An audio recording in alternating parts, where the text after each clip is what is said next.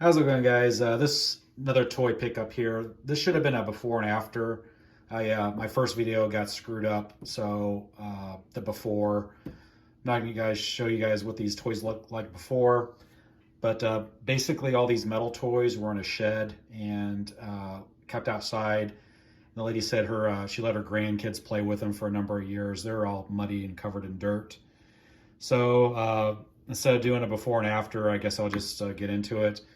So, like I said, I place ads on Craigslist and Facebook that I buy vintage items.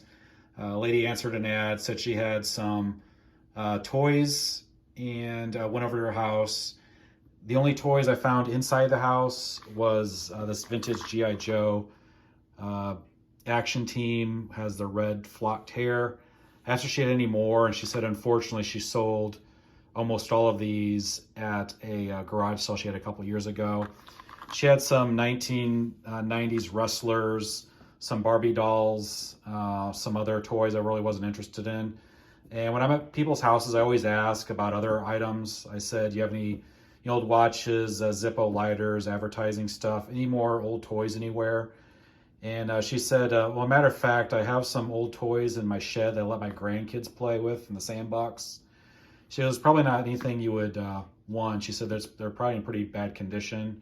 And she did say they belong to her son, who is in his like 50s now. So I told her I'd go take a look.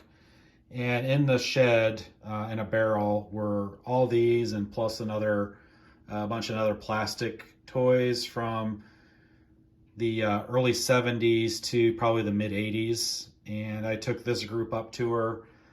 And with this, she was a pretty tough negotiator, and we ended up coming with a price of $120 for everything. With this type of stuff, I couldn't really tell the condition. I couldn't tell if they were very badly rusted because they were covered in dirt and mud. But like I said, I brought them home, cleaned them up, and I guess I'll go into what I ended up picking up. I was shocked this was in that tub in the shed. And it wasn't all broken. When I asked her, when I brought the stuff up to the house, like I said, this was in the shed outside. I grabbed all the stuff and I took it to her back door. Asked her if she had any more of these toys, and she didn't recall ever getting this, so she had no idea where it came from, but she said she didn't have any more of these. This is made by Kenner, Mask. These like transform into a different vehicle, kind of like Transformers, so kind of like a knockoff. They'd have a little action figure in there. And this is in pretty good condition. I imagine it's missing a couple parts, so I have to do some research on what it's missing. The stickers are coming off. But for it to be in the shed, in the bottom of all these metal toys, and it's not broken, pretty amazing. That's probably a $30 to $40 piece right there. Have this, I'm guessing I think these 1973, 1974 Evel Knievel stunt cycle. And it is missing some parts. It should have a kickstand right there.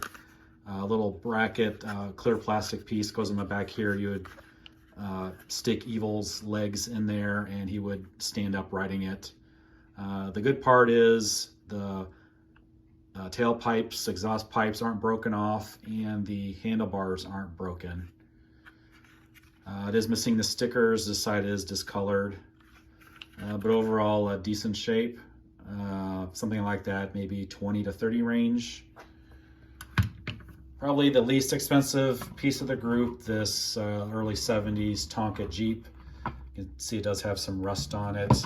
Would probably have like a canopy on the back there. That's maybe a $10, $15 item. And then a couple Ertls.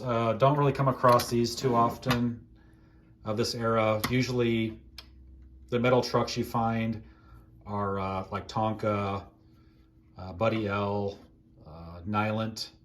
So Ertl, really don't come across too many of those. And they are missing the tailgates on each, and they should have a windshield, I'm guessing, on both. They do have the hydraulics underneath, and they both do work. So this one does have the headlights on the grill, and that one is missing them. Like I said, a pretty uncommon piece for those. I'm guessing those are probably $35 to $45 each retail.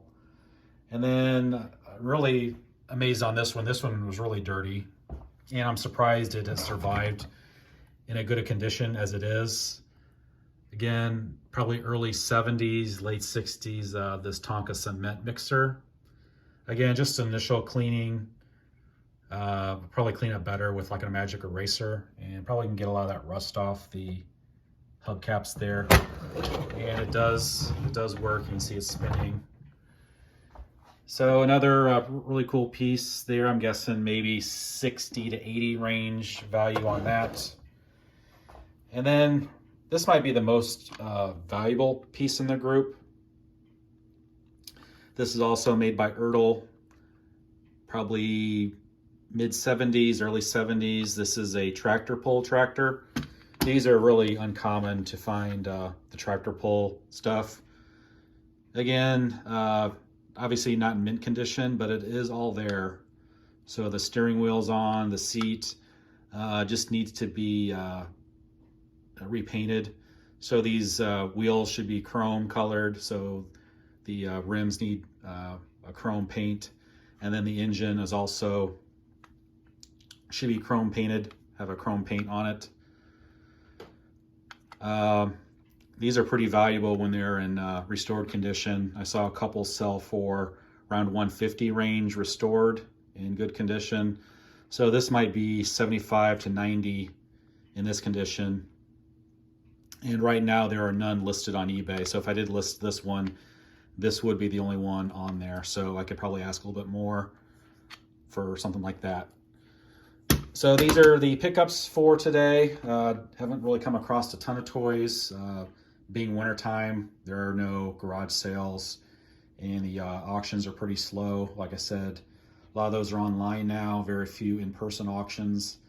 So being able to come across vintage toys, it's a little bit tougher now. Again, I want to thank you guys for watching, and I'll see you next time.